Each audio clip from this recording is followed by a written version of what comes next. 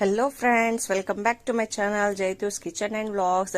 ఇది చూస్తున్నారా ఏంటో అని, మటన్ ది కిల్లి అండి. ఇది మేమైతే తిల్లి అంటాము, మీరు కిల్లి అంటారేమో.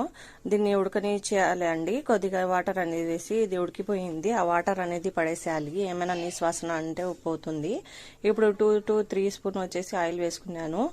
ఆనియన్ అనేది వేయించుకోవాలి. వేసుకొని ఆయిల్లో అది కొద్దిగా మాగినాక అల్లం వెల్లుల్లి పేస్ట్ వేసుకోవాలండి. కొద్దిగానే వేయాలి, ఎక్కువ వేయకూడదు. మళ్ళీ వచ్చేసి టొమాటో వేసుకోవాలి, మళ్ళీ కొత్తిమీర వేసుకోవాలి.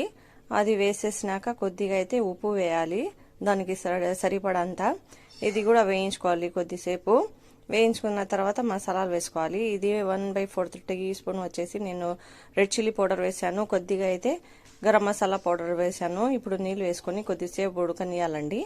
ఇది నీళ్ళు ఉన్నప్పుడే ఈ కిల్లిని మేమంతవరకు పీసెస్ చేసుకోవాలి. పీసెస్ చేసుకున్న తర్వాత ఇందులోనే బాగా ఉడికించుకోవాలండి. ఇది దీంతో కూడా కొద్దిసేపు ఉడికితే బాగుంటుంది. ఆ మసాలాలన్నీ అందులోనికి వెళ్ళి కమ్మగా ఉంటుందండి.